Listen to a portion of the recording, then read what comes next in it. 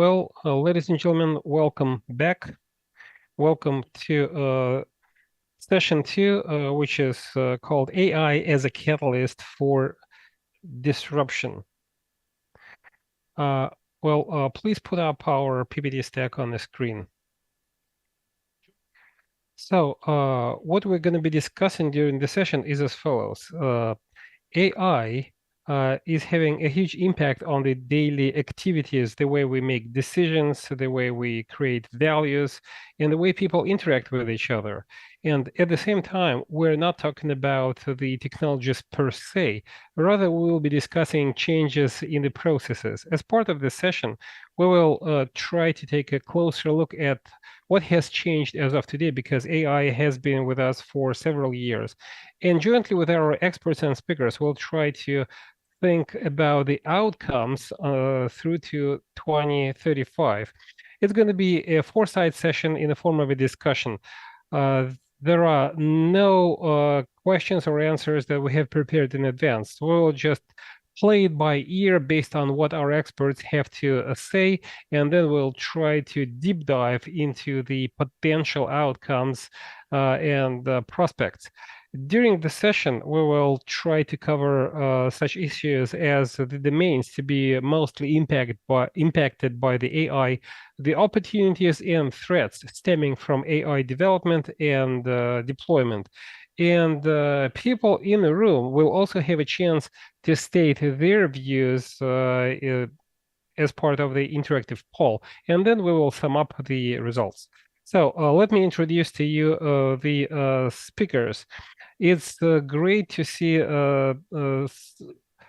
so many analysts who are engaged in AI development, scaling up AI-based solutions, both in the public domain, in the private domain, in high-tech companies, and the mass media.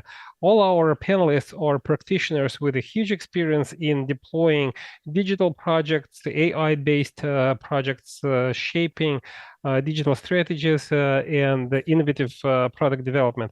It's a pleasure to welcome Evgeny Sychuk, head of the digital technology development with Skolkovo, Mikhail Skwirsky, managing director, head of the artificial intelligence with the Department for Artificial Intelligence and Machine Learning, Sberbank, Vyacheslav Beresnev, CEO of the Neurolab Research and Development company, Veronica Kolitko, a managing director with the Rambler portal, which is Rambler and Com Media Holding. And last but not least, Kirill Sidorov, director for digital development, the TASS News Agency.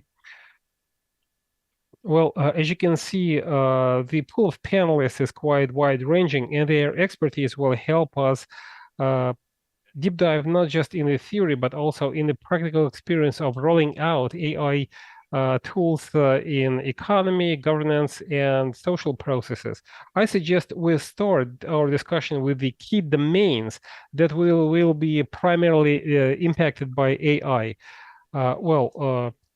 Natural intelligence can hardly assess the ongoing status of AI development. Therefore, to better understand the current status of AI development, we developed the I4 big data intelligence system. It mapped on the semantic map AI development, and it helps you visualize the AI development landscape as of today. It highlights the main work streams of AI development, as well as the domains with the most noticeable impact.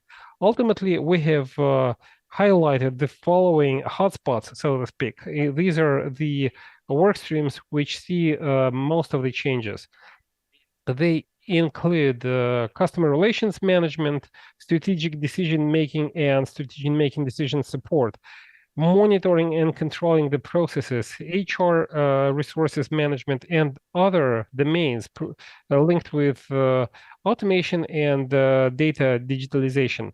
Within the clusters, you can single out subdomains highlighted in the slide. For instance, data centers, predictive analytics, scaling up AI agents, and chatbots.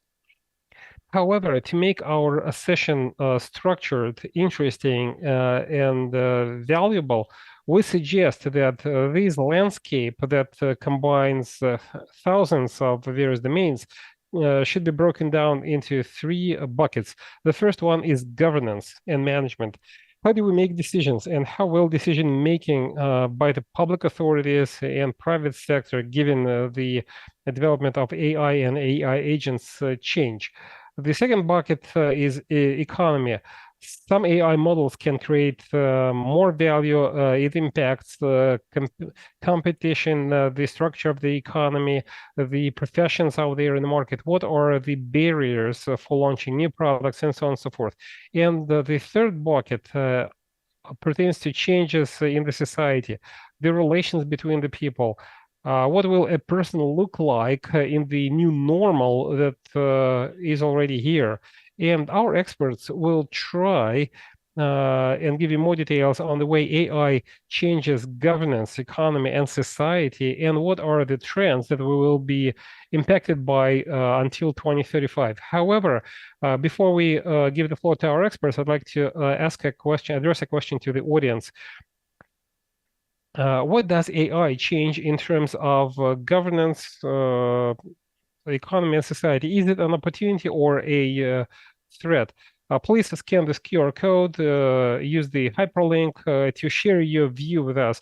There are three different questions, sub-questions in this question. How will AI impact economy? That's the first one. The second one, how it will impact the society. And the third one is how it will impact governance. While our audience is voting, I'd like to address my first question to the speakers.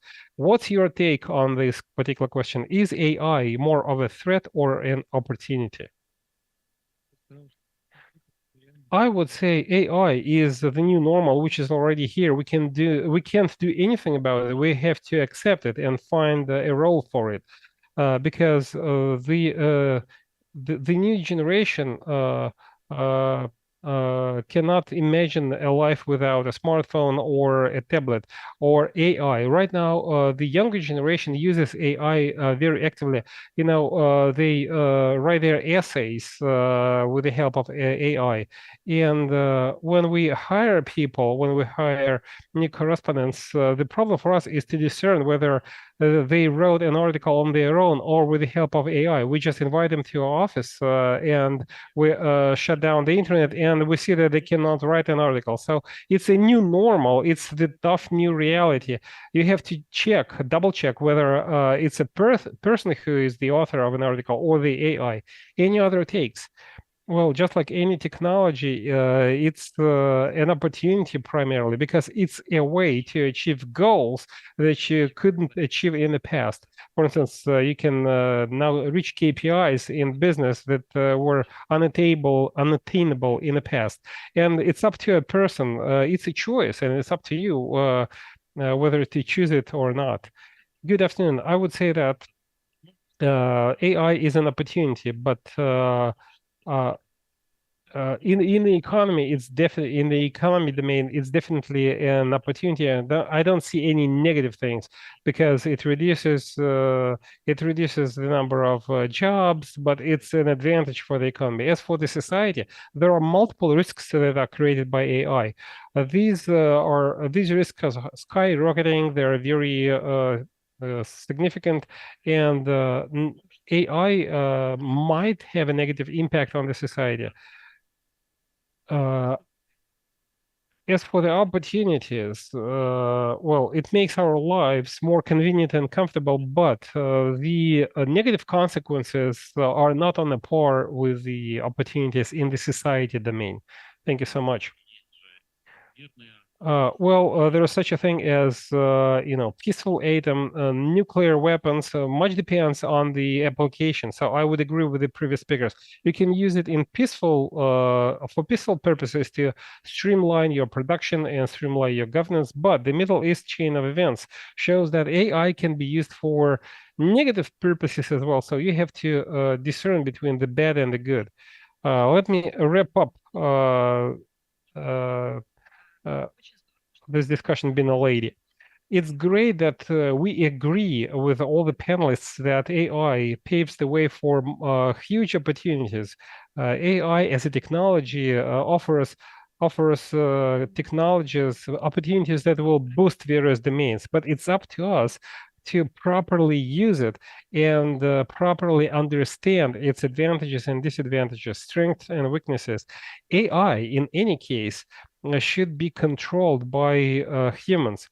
We have to understand why we do things, and we need to be able to gate manage the intermediate results. I'd like to highlight that AI is not going to replace a human.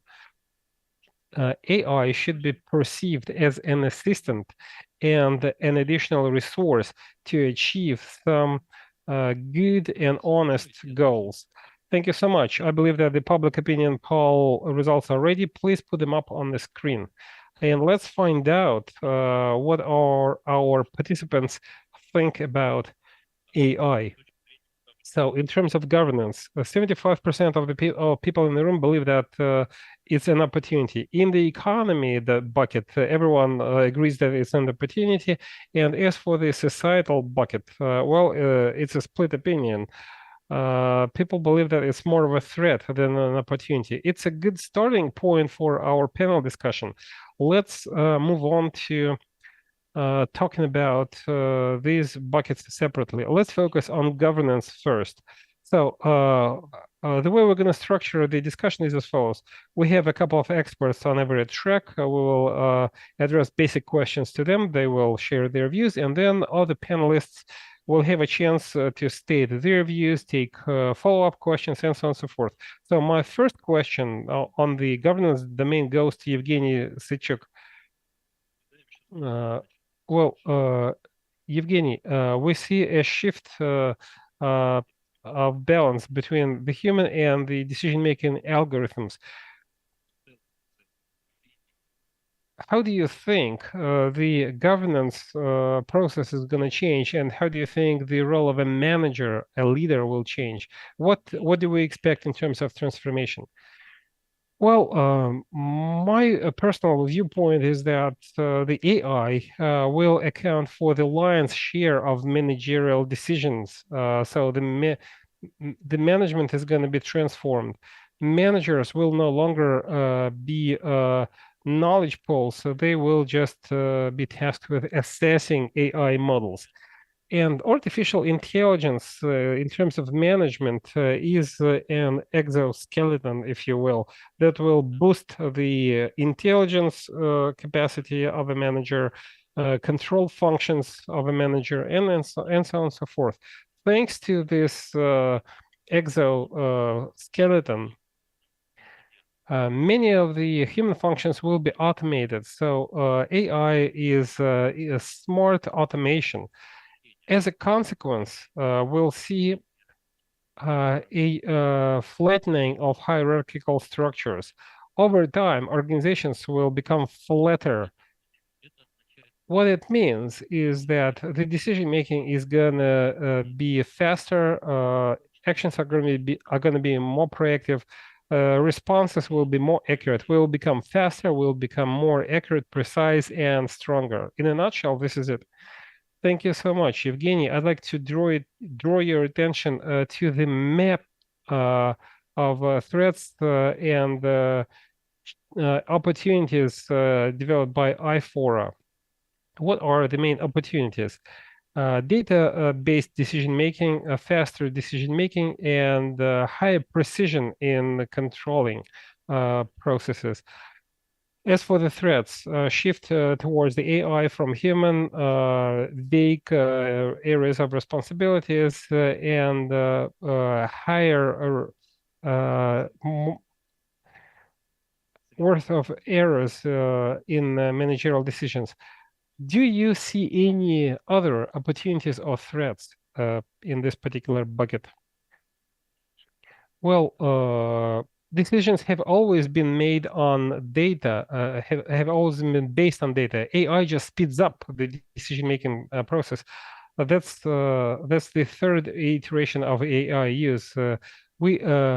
used rule-based AI, then machine learning, and now we're probably in for the fourth iteration of generative AI, because right now AI does not create anything. We have to teach it first. So it's not artificial intelligence per se. It's a human-taught artificial intelligence. So as far as data is concerned, the main problem for managerial decision making is errors in the incoming data, in the input data. So how will AI discern between the accurate and fake data?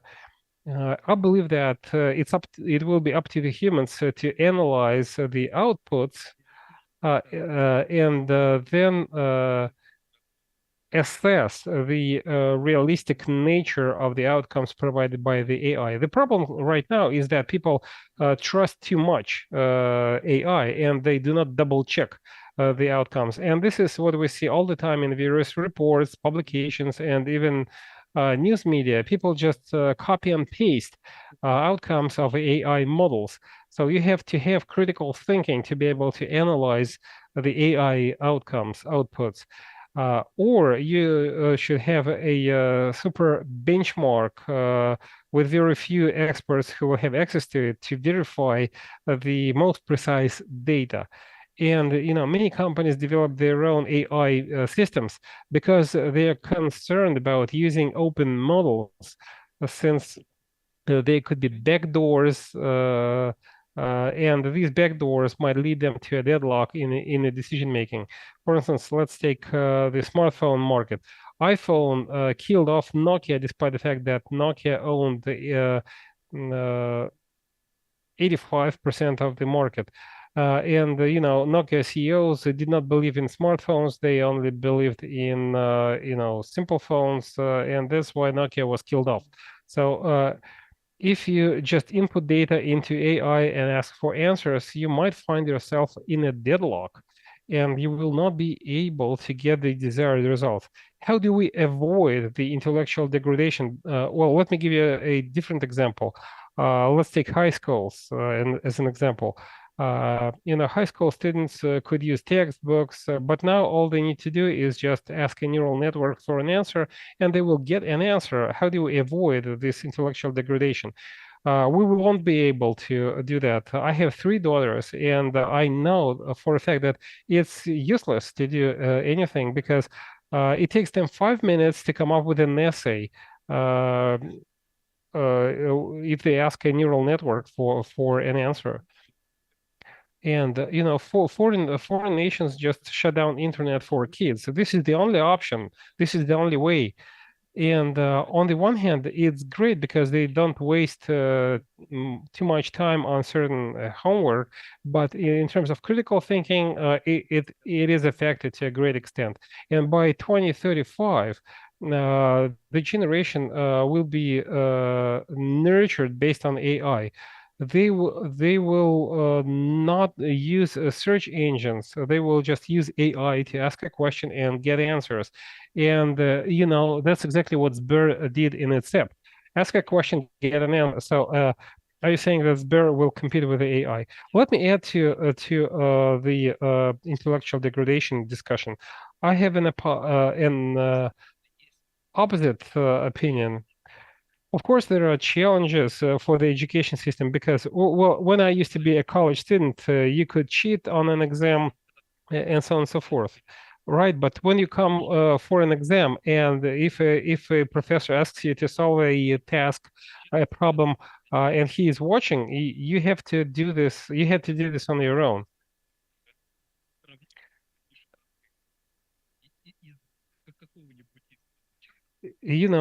Kids will still use AI chats to write essays, and you know that in advance. However, if a high school teacher talks to a high school student, he or she will realize that the essay was either written by the student himself or herself, uh, or it was AI generated, and the student had nothing to do with writing the essay.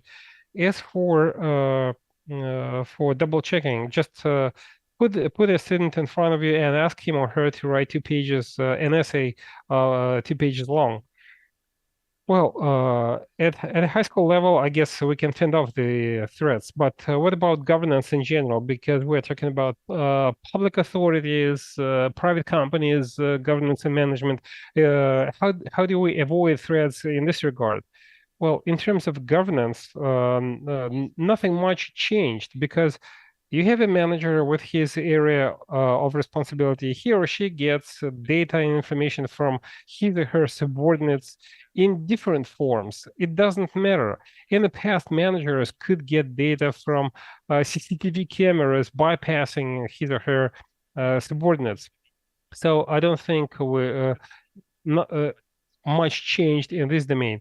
Managers have to develop their critical thinking abilities, the professional knowledge to be able to efficiently manage the processes. I believe that managers have a harder time in doing their job, and those who will be able to survive and transform will be way more efficient. Because in the past, you just set a task, and then a subordinate takes a week to solve the problem.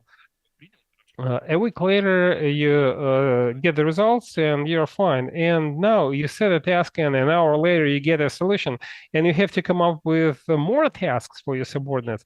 And your brain is limited in a number of issues that you can analyze during the day. Then the brain just shuts down. Let's be honest about that. I know for a fact that I can only analyze 5 to 6 issues, and then I have a brain shutdown.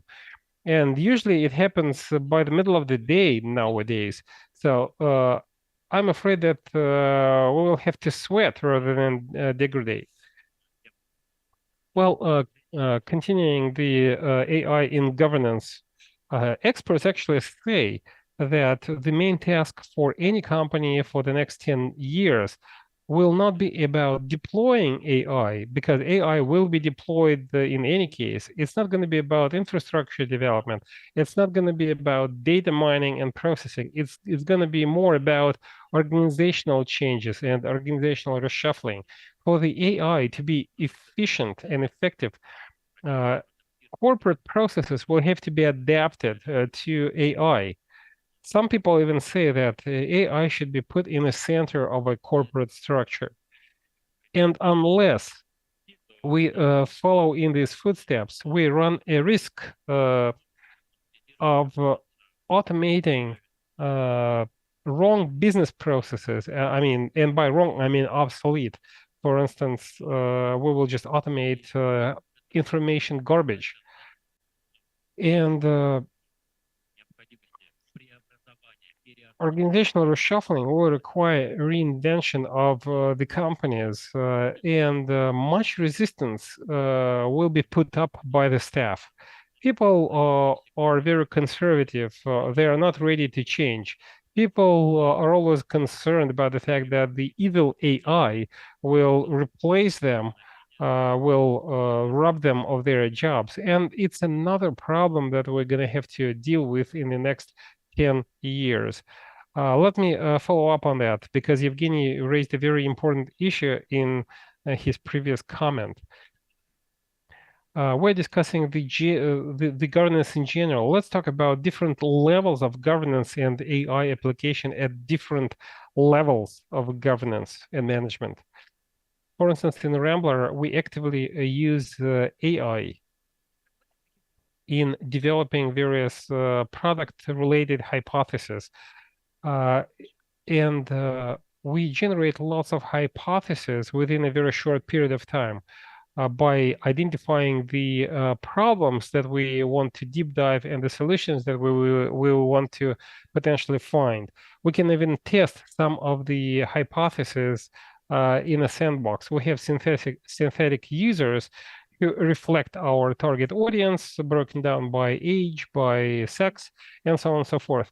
And we can do the proof of concept at the ideation stage. We don't need to go to the field. We don't need to waste the money and time on that. We can get the initial results that might be useful for follow-up ideation within a single day. And at this level, AI application is fantastic. It helps business a lot to better understand what it does and what for it does certain things. Of course, the devil is in the details. What kind of prompts you use, what data, what input data you use to feed your AI models, what are the hot pots to test the correctness of the answers, whether the AI model hallucinates all the time. But it helps you better understand what you do and why you do it. It's a great tool. As for the higher level of management, and I'm talking about strategic planning for the next 3 to 5 years, it's a very ambitious task, and in the future we might use AI at this level. However, it's just one of the tools that could be used to develop a strategy, but it's not a silver bullet. You cannot just press a button and get the right outcome with the all possible action plans, because, like I said, uh, digitized data, financial models, P&L models are all part of the AI, and they could be used as a basis for hypothesizing. However, the outside world changes at such a rapid pace and so suddenly that oftentimes that not a single model can predict that. And since we're talking about a model that collaborates and interacts with other models and systems, well, the outcomes of such forecasts are not good, mildly speaking. So you should start using AI in certain managerial tasks at a low level and at the middle level. It's a must, and I really hope that all of you do that right now. Indeed, thank you so much. I totally agree with the previous panelists. Let me follow up on the most recent, on the latest statement. Well, forecast for a year to 5 years in advance, and trying to predict the trends does not work so at the time being. And I guess for a number of years, it's not gonna work good, because AI predictions are based on the available data. In other words, for instance, if you wanna forecast Russia development, you need to have a digital twin of the world and a digital twin of Russia, and then come up with the development scenarios. And the digital twin of Russia uh, does not coincide with the real situation on the ground, and you can hardly upload into an AI model the context the way we understand it. Well, it is impossible. Therefore, the error could be significant, and the digital twin of Russia and the world differ considerably from the offline. It's way more than 1%. So it's like sticking your thumb in the sky. So it's not going to work with AI. However, standalone processes can be predicted, and the results are going to be precise. And I totally agree with the previous speaker. Yes, thank you very much. It's just that I think that we started with intellectual degradation and education of children, but now our discourse turned to a more positive note. It looks like AI can introduce a lot of benefit into management. Very well, let's now talk about economics. What are the threats? What are the opportunities? What do we see in terms of big data? What are the windows of opportunities? Automation can be the source of efficiency growth. Efficient business models will emerge and the products will be scaled out with the help of cloud infrastructure. Now, in terms of threats, change in labor market, dependence on resources, available consolidation of infrastructure data and algorithms of the technology leaders. And by the technology leaders, okay, let's start with Mikhail. Let's start with the following question. Automation, as we see, is already becoming the source of performance and productivity. And overall, do you agree that AI today is capable of dramatically improving productivity and reducing costs? What are the mechanisms?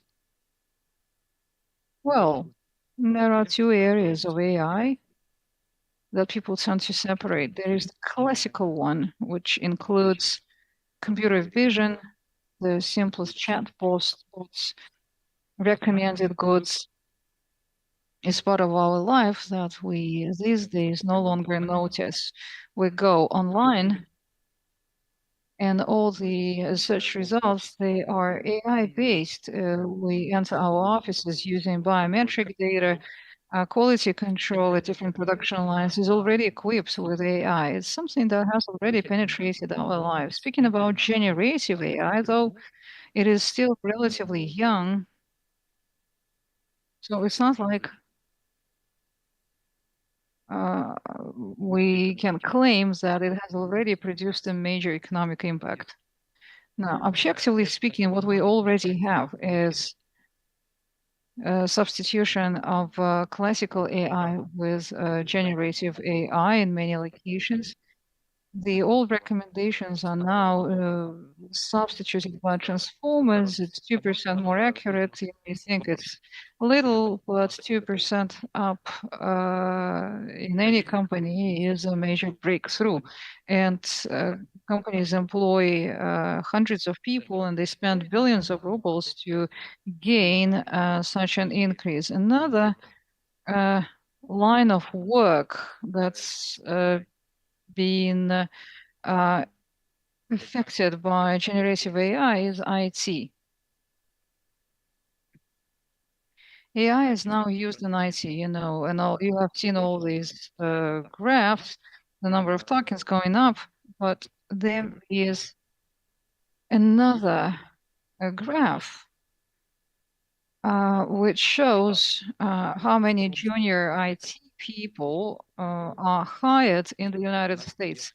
There was a lot of free money right after COVID, and people went into startups. Now, this graph, this curve, is almost at zero. Today, junior IT positions are filled in by AI rather than real people. It's easier to assign that task to AI, and it has already transformed the industry.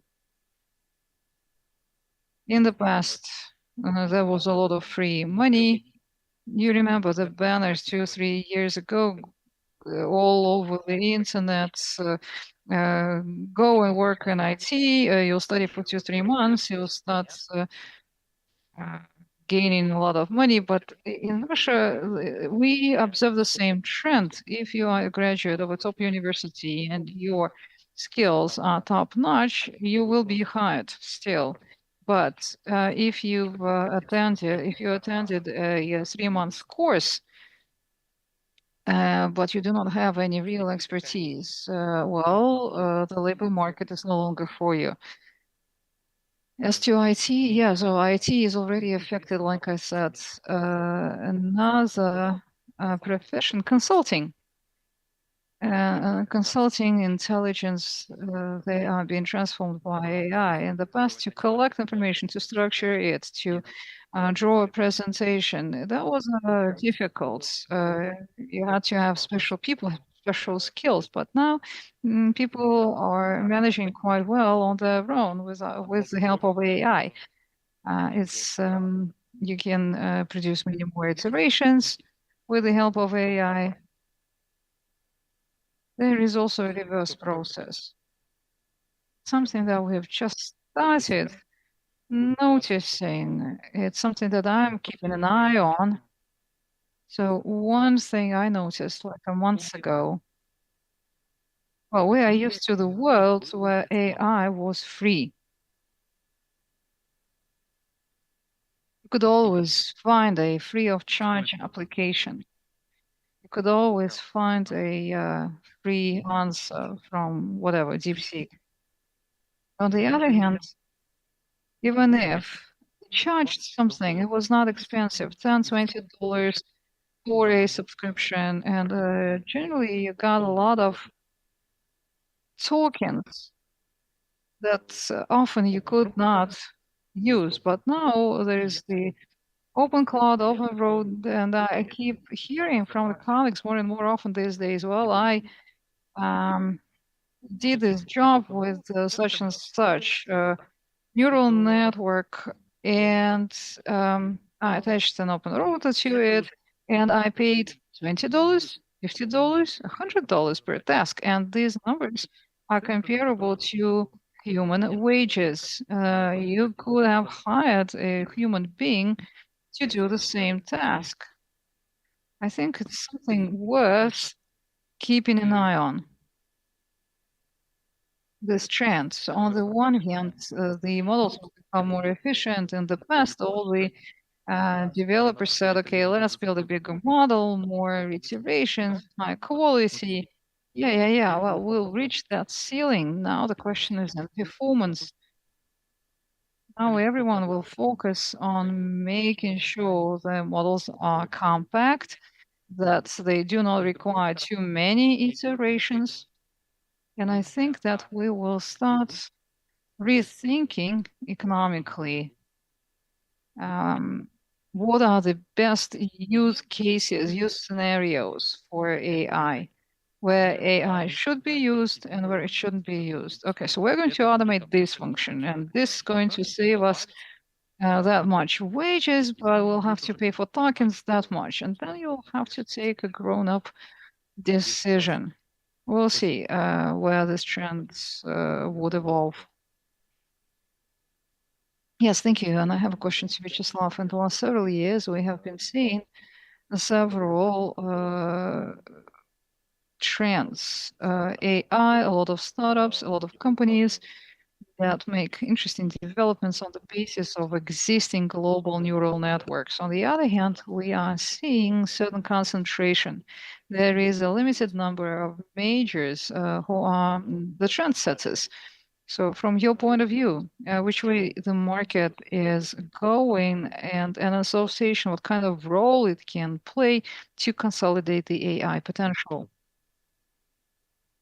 Well, I think that these tracks run in parallel. There are always several giants that create the infrastructure, and there are a lot of small players that generate products that others are using. You can't ask a big player to generate a small niche product for a paper and pulp industry. It's not, I mean, that employs only like 1,000 people, but you're a big company, it doesn't make sense to invest into a tiny product. But for a small company, it does make sense. And all these breakthroughs, all these big technological tasks, they will be dealt with by majors because they have the money, they have the time, they have the people to invest into hypotheses. But all these technological innovations will then be put into practice by small companies.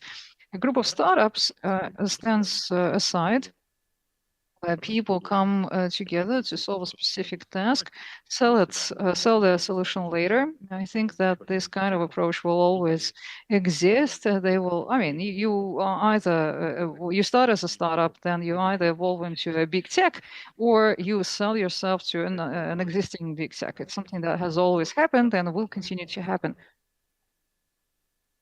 The role of association is also important because they protect the rights of the smaller players.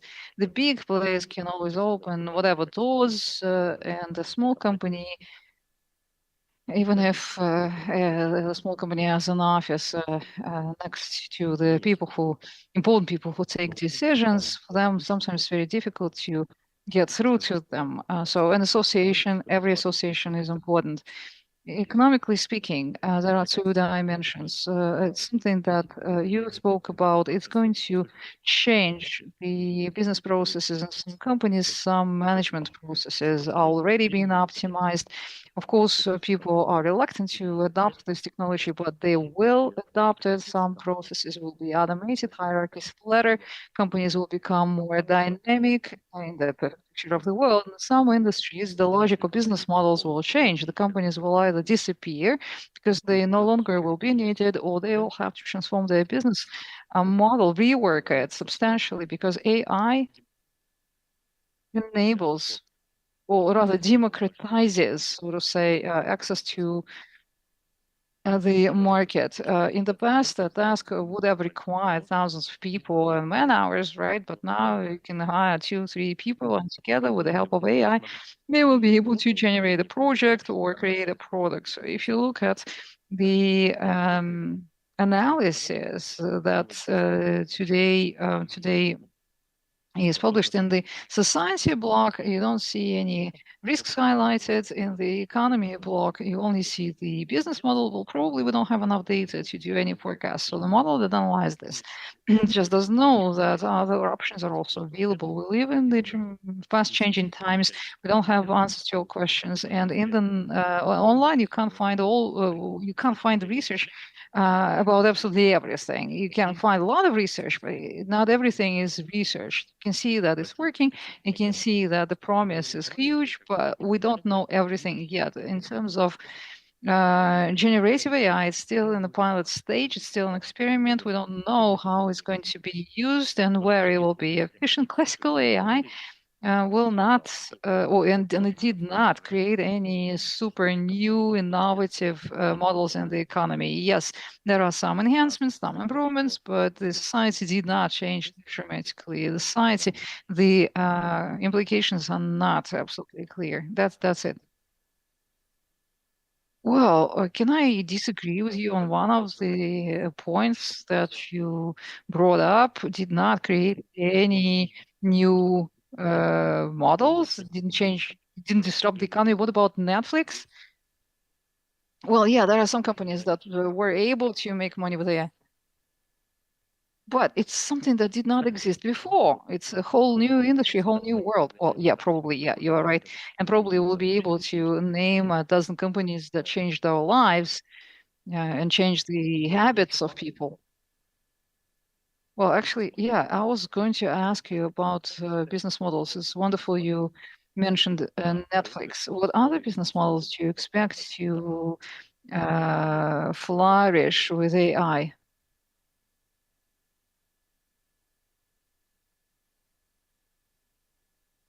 On the subject of money, today AI developers' business models are starting to make economic sense. For several years, it required only investment, but if you look at anthropic revenues these days, it's becoming more exciting, it's getting better than inferences. But they are adding ads. Doesn't mean that if we have ads in all these bots, do you think that their business model is not working? I think it's a sign of something different. They have switched from the startup stage. You know that in the United States, the investment market is very well structured, and we know what kind of indicators are important at which stage. And initially, at very first stages, you need to focus on MAU, and the audience numbers. And at this point, the companies are hitting gas, and even if they themselves have to pay 100 rubles for the product, they will give it to you for free or for just 1 ruble. Now they are progressing to the stage where they need to demonstrate operational profits. So it means that they are now pressing other buttons. They are doing everything to convince investors that they are successful, that they are now on a different level, at a different stage in their life cycle.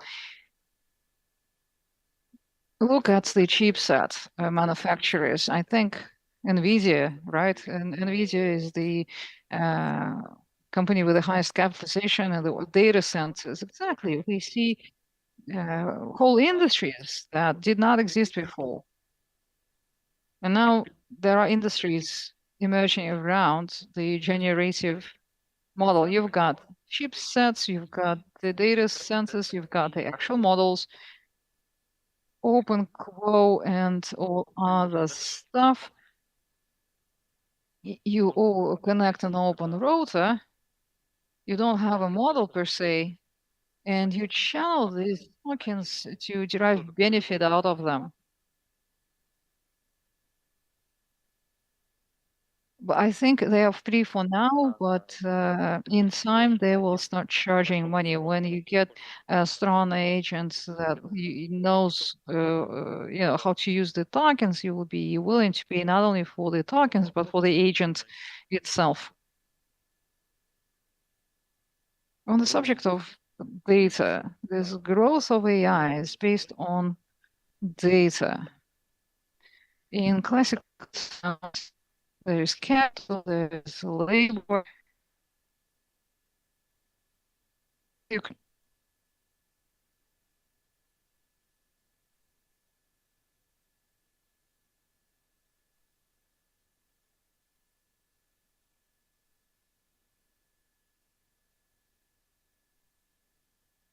the sound is not very broadcast. It's the days you train the model, LLM, you need a lot of data. And instead of already consumed all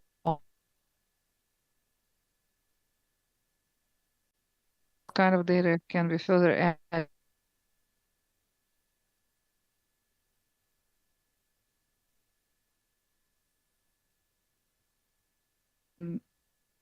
That's what you need.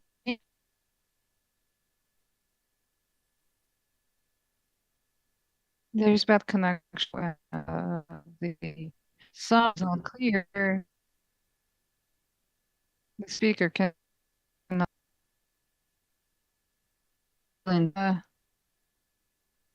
medical data.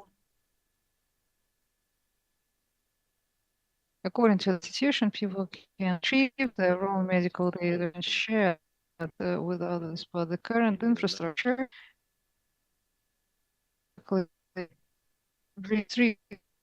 strict share of some medical data.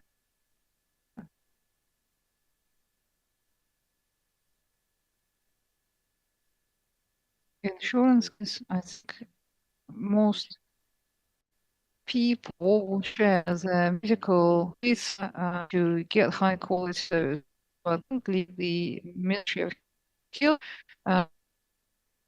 medical data can't be shared.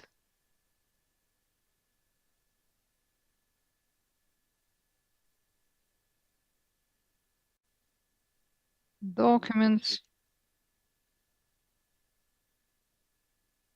top secret, folders. I feel like that will be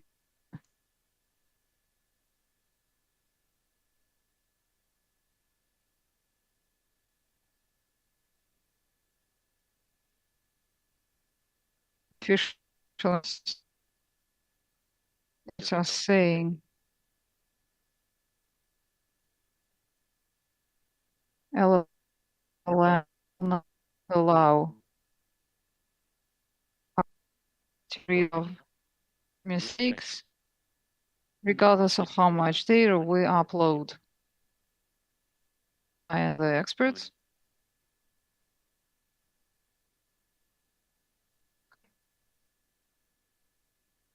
that there is a need for new architecture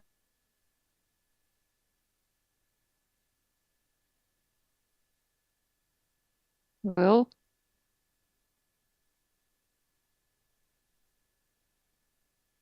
defensive dead end in this direct does not exist. New architecture of big tech is tech. Well, super mode is equipped with super powerful chips and these expectations.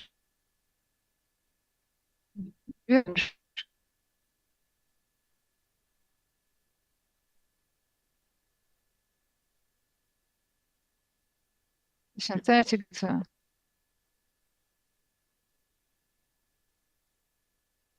I suppose is garbage in out the ball.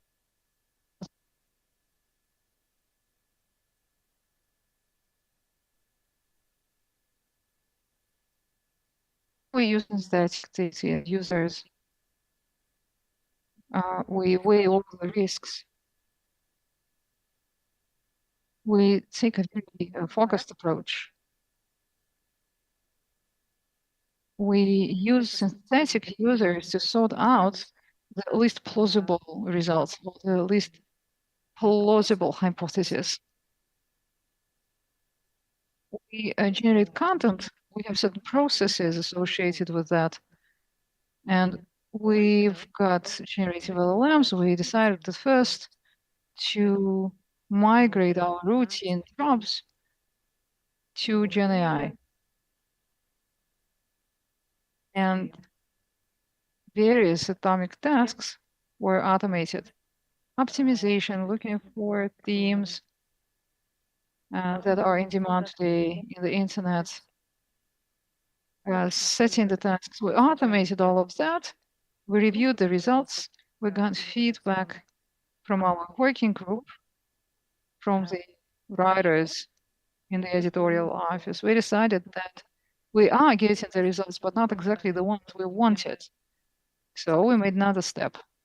GenAI can not only cover some basic needs, but rather we decided to use AI as a co-pilot, something that helps authors understand how well the text is structured, how well it is presented, how well it is spent. It's very important to target certain audiences with your text. When writing an article, well, people are still writing articles. The articles are being written by people, but there are certain ways to accelerate the human writing of the articles. So when we automated the editorial office and their processes, we realized it was important to keep the expertise in. We want the text to be produced by living humans, humans who think, who live, who have their own background, using synthetic users in this context.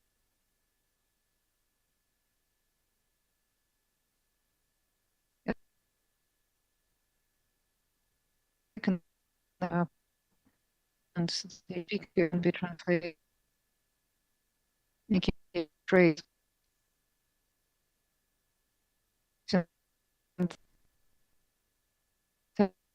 Yes. Okay. Big data, AI, society, but model content can now be produced. There are many different applications that allow you to and then listen to the same text and switch back to reading. There are a lot of application, I mean, use scenarios, learning courses about trusting the information. As human, and then there are a lot of millions of videos like that. All these videos are generated, but watching them, you wouldn't understand. Is the say you right?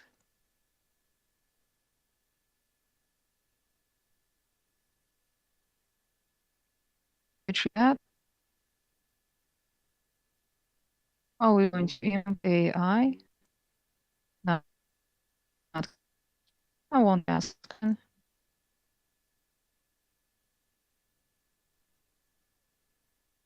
More AI, basic, not to. Well, news agencies that generate the news, they are the source for all the news. We can't afford that because we've got correspondents, local correspondents, we've got press conferences that we attend, and we've got these primary, inputs that we then process. In Russia, there are 95,000 mass media outlets, and we are already generating more than 100,000 pieces of news a day. Every new piece of news emerges every 8.80 milliseconds. And this is done with AI. Websites are being monitored, the regional news feeds are monitored, correspondents, journalists are being laid off, and news aggregators are actually fighting that. It's clear that they are developing services for people so they can learn about the news produced by people. It's already a reality. Some Western media have already fired all the journalists and replaced them with AI, and they failed. They lost their audience. But of course, we are experimenting. And of course, we are moving in more or less that direction. We've got our own data that we don't share. We've got new news archive and we play with it. It's a very big news archive. Of course, we're still far from entrusting the writing of the news to the artificial intelligence. Our correspondents are quite capable of producing the pieces of news as fast as AI. Some keyboards fall out in the computers of these people because sometimes it takes them just a second. It's real business. The first one to release the bit of news will forever be the author of this news. But as to entertainment content, AI is already here. Everyone is generating text, generating summaries. Of course, it's all very active and probably it's one of the simplest applications, spelling checkers, or for instance, we've got a special standard for the training of our own staff. We've got TAS writing standard or TAS style standard this year. TAS, the news agency, is celebrating 123 years. Obviously, we've got a lot of experience and we've got our principles. So we are already using AI to train our staff members to write in accordance with our style. And the AI can reformat the text. Even small texts lead to hallucinations. We know how to fight that. We know what to do about it, but it's already the reality of today. People are using AI actively. People are reading all of this actively. They're consuming that. And as to the cost of production, obviously, a correspondent will always be more expensive. This is how regional mass media survives. As to what Ministry of Digital Development is going to do about that, how they are going to fight AI produced news, probably they will try to catch those perpetrators. You know that draft law on artificial intelligence has been discussed. Who owns the data? Is that the author of the prompt? Is it the author of the actual image? There is a lot of discussion going on around that. There is a risk that those who generate primary pieces of news, they start losing the audience. So the aggregators summarize the news, they produce the news picture of the day, the news profile of the day, while the original sources, the actual mass media, are losing their audiences. They are being lost in this new world. Either a lot of mass media are already disappearing because of that, and there might be a news gap.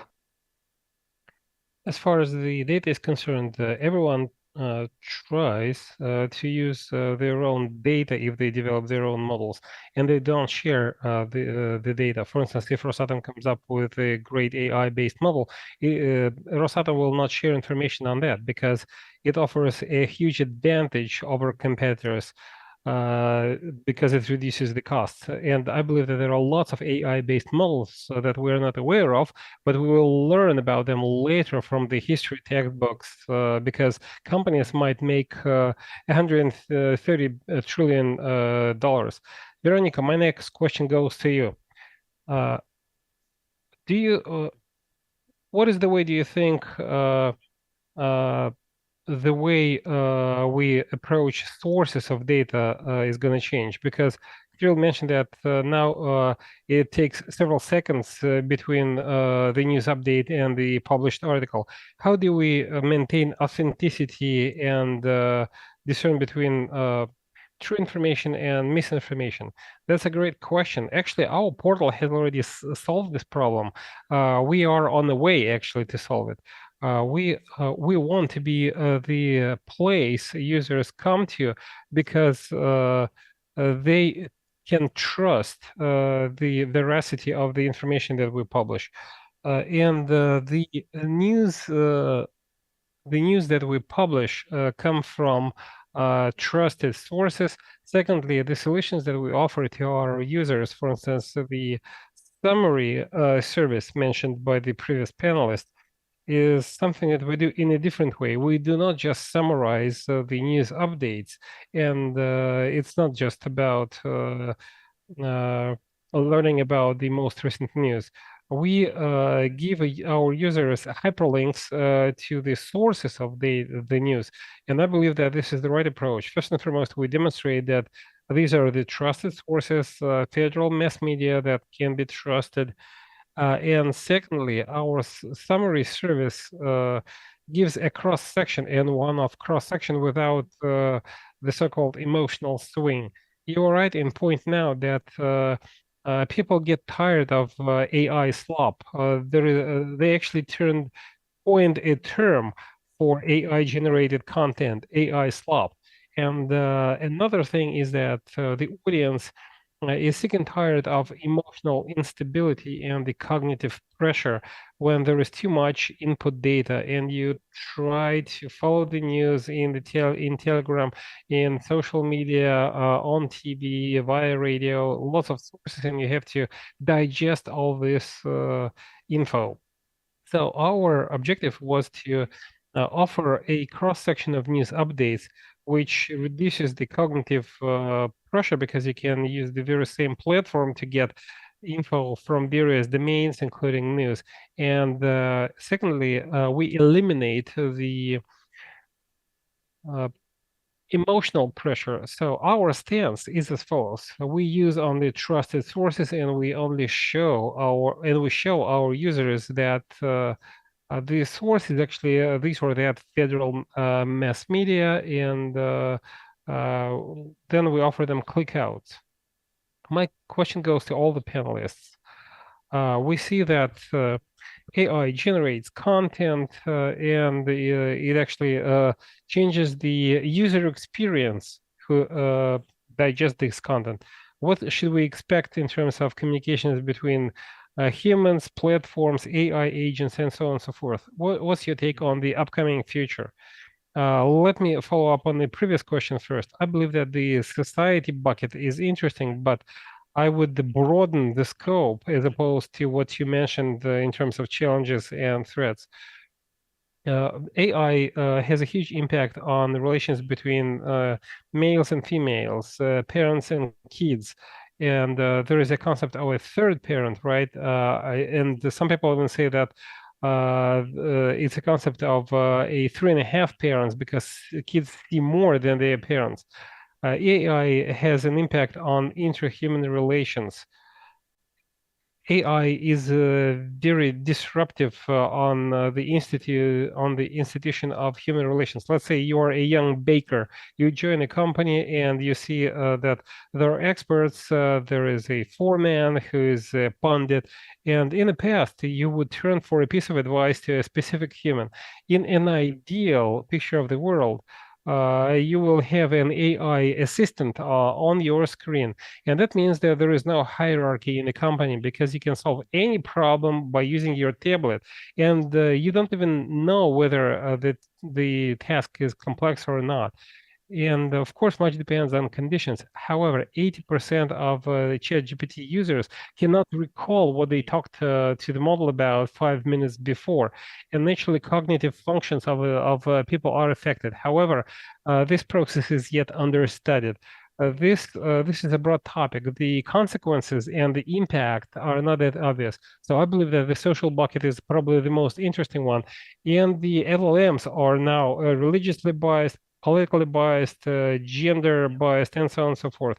Naturally, every single country tries to come up with its own approach and regulate the AI. However, 60 or 80% of Russian teenagers use AI very actively, and half of them believe that AI is a friend to them. It's not just a tool like a search engine, it's an invisible friend with whom you can share something personal, ask for a piece of advice, and so on and so forth. Combined, it results in a thermonuclear bomb, and the fallout could be very drastic because certain domains of our lives, I'm not talking about economy, I'm talking about daily activities, are changed considerably by AI.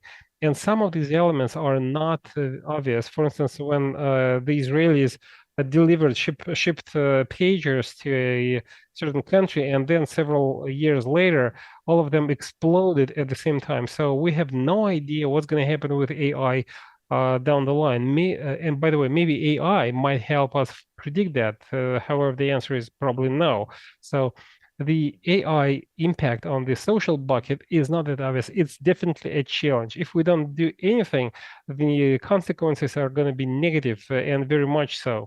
The hierarchy of human knowledge using, pundits, for instance, we trust, but we verify what the mass media says.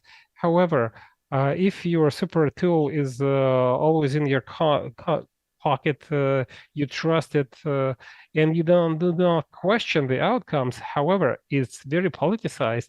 Therefore, it can be used to promote certain ideas or goods and so on and so forth. And you will not be able to doubt that because you no longer have any critical thinking. For instance, if you wanted to cook a soup, you would go to your mom or your grandmom and ask them for a recipe. Now you don't have to do that. You can use a search engine or an AI model. So there is no such thing as an opinion leader anymore. And like I said, the consequences, the fallout is not that obvious. And the technology development should be followed by a humanitarian breakthrough. The technological breakthrough has already occurred. As Evgeny mentioned, maybe we will have to revise the AI infrastructure because the AGI is not going to be based on the ongoing infrastructure. We're going to have to reinvent that. However, the humanitarian breakthrough, who we are, why we're here, has yet to happen. And I really hope that Russia will be used as the basis for the social humanitarian breakthrough. We already discussed the AI as a teacher, AI as a friend. I would make it even tougher. Even the love life is based on AI because people talk to AI-based chats.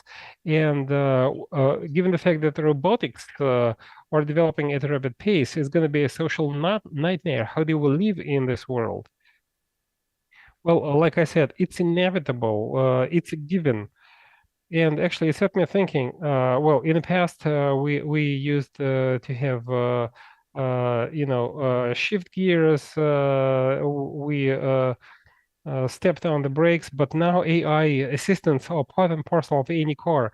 You drive automatic gearboxes, cars, and the same is true for AI application in our daily lives. We will not give it up. The question is, what domains are going to be occupied by AI? And what domains are going to be dominated by AI so much that we will not even have second thoughts about that. And do we trust AI 100%? This is the scariest thing because people that teach AI models can do anything with the humans because they can use good data initially, but then they use bad data, and you keep trusting the AI model. For instance, you can hardly recall phone numbers that are in your smartphone. In the past, we used to remember phone numbers of the people we wanted to phone. And I believe that this is the most important threat to the society.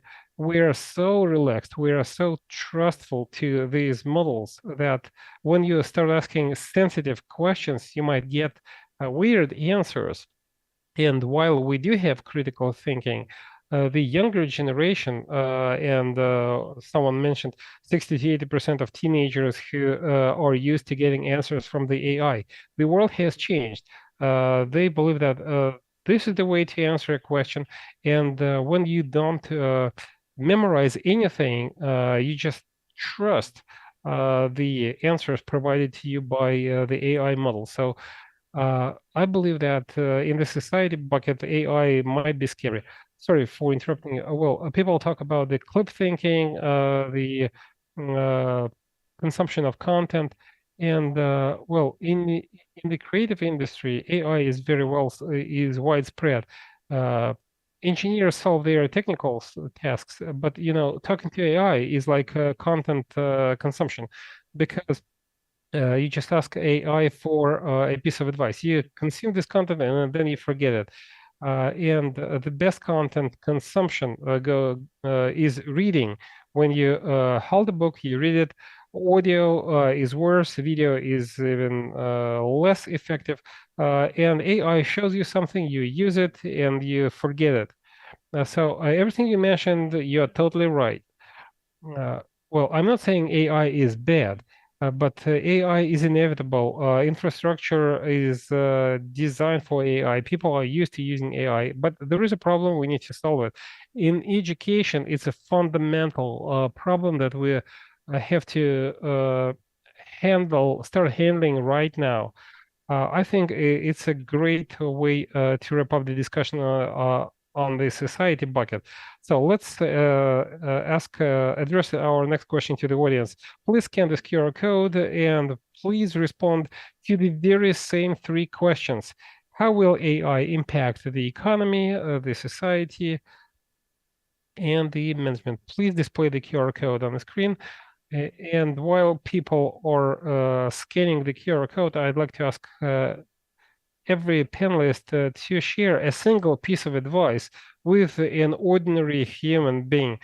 What should we do given the development of AI, the huge amount of data, the huge number of deepfakes? What would be the best strategy for an ordinary person? Well, I believe that we should try and stay unique. We should keep on developing critical thinking, creativity, because AI generates anything based on the available data, and it's good for the mass consumption. However, AI will never be on a par with the human genius, ingenuity. Therefore, creativity and uniqueness is something that we should keep on developing. We're all humans, right? And we're all emotional. We are driven by emotions, and we'll keep on communicating with each other. We will keep on lying to each other. We will keep telling each other the truth. So don't forget about emotions. AI will simulate emotions, but it will not understand how to timely use emotions and how to respond to emotions. That's the main difference between humans and AI. We should stay human. Evgeny, what's your piece of advice to an ordinary person? Well, I usually ask myself two questions. Am I effective enough? Do I effectively use every single tool available to me to increase my efficiency? And my second question is, why am I better? How am I unique as compared to other people? And I asked myself these questions before AI appeared. Thank you, Vyacheslav. What's your piece of advice? Well, don't rush into making decisions. Let's say you read the news, you see something scary. Wait for a couple of days. When you're absolutely clear on what happened, that's when you make a decision. Give yourself some time to think things over, to stay calm, and then make a decision. Do not delegate the thinking function to the neural networks, because people tend to relax more and they shift part of their burden to AI and to neural networks. They try to simplify things not in their own brains, not by raking their own brains, but with the help of an AI model. Sometimes it makes sense when you're short of time, but data processing is something that you should do on your own without using neural networks. It's not cool to shift the burden to the neural networks. Veronica, I believe that you should be clear on the goal of AI application. Let's say you're an expert. What's your goal? As a human, you want to become a better version of yourself. How do you do that? You have to keep an end goal inside and be clear on how to reach it. And the same holds true for the generative AI. You should be clear on why you do that. And you have to set the frameworks, establish the right framework to understand to what extent you are prepared to use the Gen AI. The Gen AI should be used as a tool. I am a strong advocate of a very significant role of humans, and humans will not be replaced by any element for the time being. So use the tool, do not turn a blind eye on it, do not pretend that it doesn't exist. It exists, it affects our lives, and you have to be clear on what it's all about and how useful it can be in your life. And it can be useful. Thank you so much, Veronica, Kirill. Well, all the panelists, the previous panelists mentioned everything I wanted to say. Well, let me give you the following example. When you use a car navigator, it says uh, you should be guided by its advice, but you have to follow traffic rules. So you are to blame if you end up in a traffic accident. So AI is just an assistant, but any mistake made is made by a human. And if a human no longer understands that by listening to AI, it can make a fatal mistake, well, we should avoid that. So you have to be critical about the data provided to you by AI. AI should be used as an assistant, and to do that, you need to be clear on where to use AI and how it can augment humans. And AI can teach you certain things. So sometimes you have to perceive it as a teacher, but you have to be cautious about that. Thank you, Kirill. I guess we can now display the outcomes of the opinion poll. Please put them up on the screen so that we can see the take of the audience in the room, whether people change their views or maybe they decided to stick to their opinions. Please put up the outcomes of the vote on the screen. Okay, by clicking a button, we will display the outcomes of the vote on the screen. That's interesting. So our experts did have an impact on the audience. People now believe that in the economy bucket, AI offers multiple opportunities. The same is true for the management. We don't see any threats. However, all the AI skeptics are now in the society bucket. It turns out that people see more threats than opportunities in the social domain. And I believe this is good because forewarned means forearmed. And if you know what the potential limitations of this threat are, you can use it to your advantage. You can come prepared. Right, ladies and gentlemen, I think we can now wrap up the session. And personally, I believe that all the possible scenarios that we touched upon were quite interesting. And by the way, like I said, we did not prepare the questions in advance. We played it by ear, and our panelists played it off the cuff. Thank you so much for that. The discussions were quite interesting, and the outcomes of the foresight session will be posted on the website. You will get access to them by scanning a QR code. All it takes is just filling up a brief form, and you will get additional data at the website. Well, I'd like to once again thank everyone for attending this session, and we will hand out small tokens of appreciation to our panelists now.